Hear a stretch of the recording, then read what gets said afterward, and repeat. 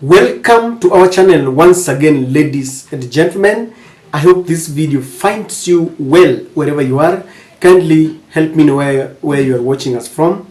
If you are watching outside the country, exactly which country are you in? And if you are watching within Kenya, which county are you? This country is facing a crisis. And there is a looming crisis meeting between the Kenya Kwanza team and the Azimio. Whether you agree with the sentiments that there is a crisis depends on which political divide you belong. But the truth is, there is a crisis when people are dying, when investors are fleeing, And this has divided the country right in the middle. Leaders from the Azimio team believe that we need to talk for the sake of the nation. Those from Kenya Kwanza want to hold on to power, and they don't think there is any need of talking, because to them the country must move on the way they want it. It is either their way or the highway. Several leaders are weighing in on this discussion. But one person has really surprised me.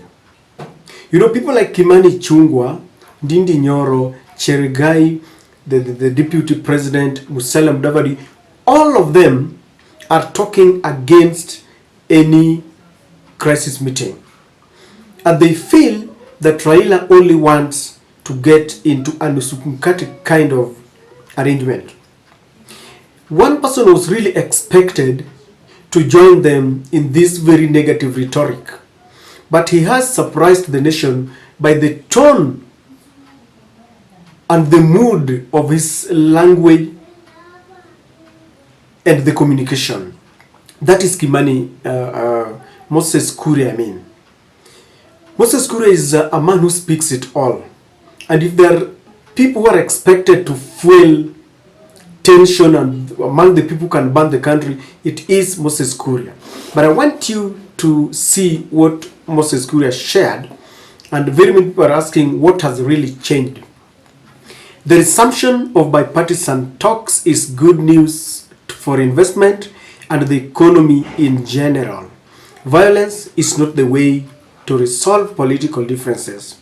It's time to pull together as a nation with a strong government and even a strong opposition to keep us in check. To my bosses, William and Raila Odinga, you are on the right side of history.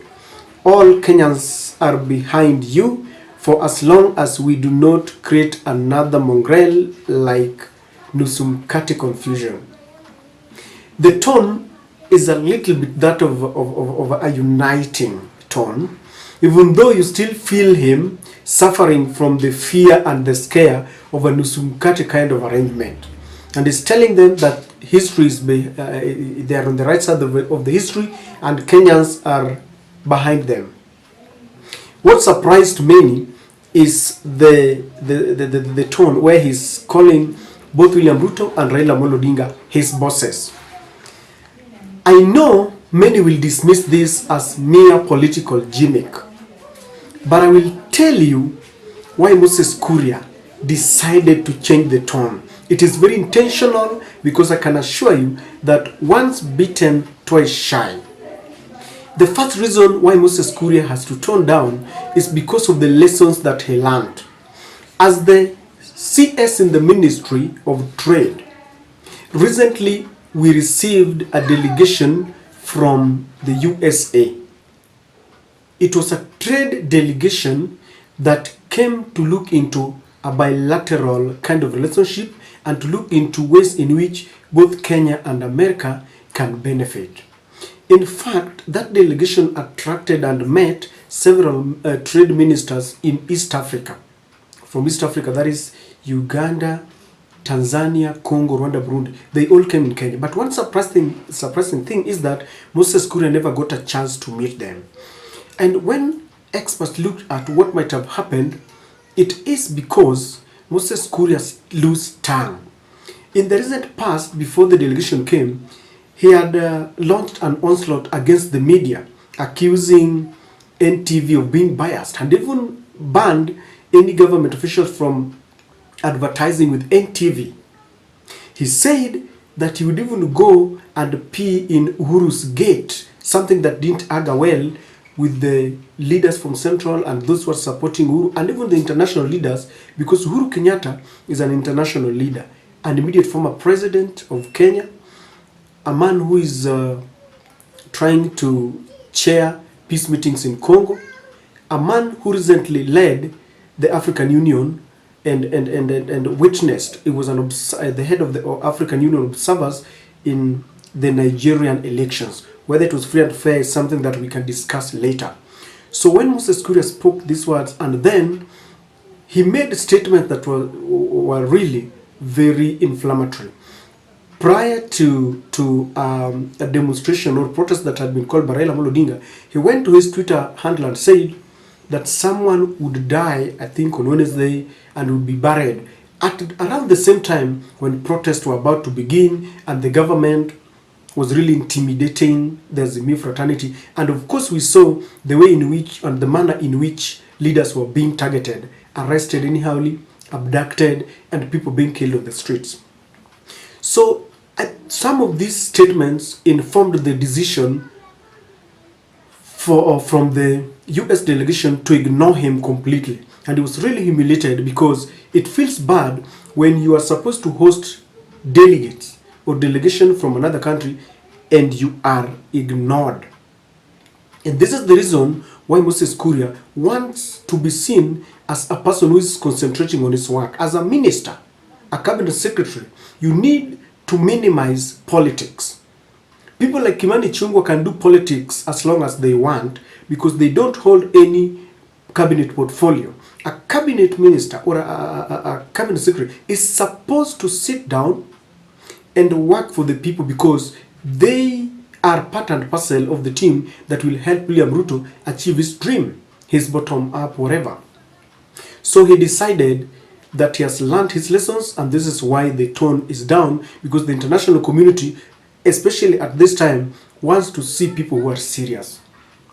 Number two, it falls within his docket to attract investors. Attracting investors that have been fleeing the country means that they will be looking at those who are around, or those who are concerned about trade, industry, and investment.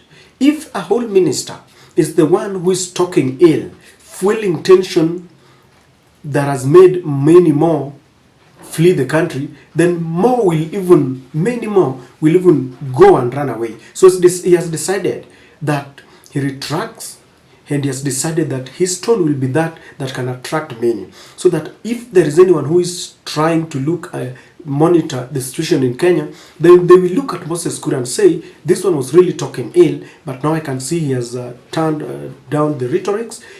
He can now attract more investors. And this is the reason why you can see that tone. And I think he's also one of the people who has been feared by the Azimio because of that kind of loose tongue.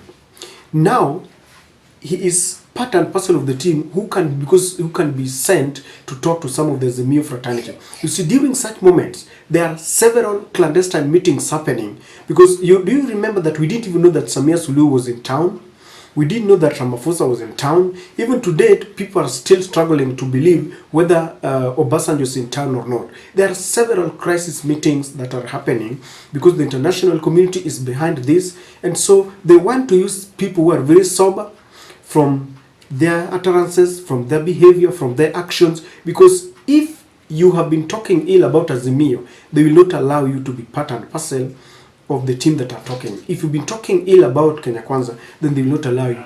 At a time like this, when Kenya is in a crisis, we need sober minds, and I can assure you that to be sober is intentional. You simply decide that you want to be a fool, and you want to talk ill, and you want to fuel the country to tension, or you just decide that you want to be a wise man. So Moses Kuria has decided to be a wise man. And to all the other leaders who are out there, who still want to fuel tension just because they have offices, luxurious cars, big offices, secretariat, and they want to act foolishly, please be wise, because it is a choice to be a fool or to be a wise man. And that is my take.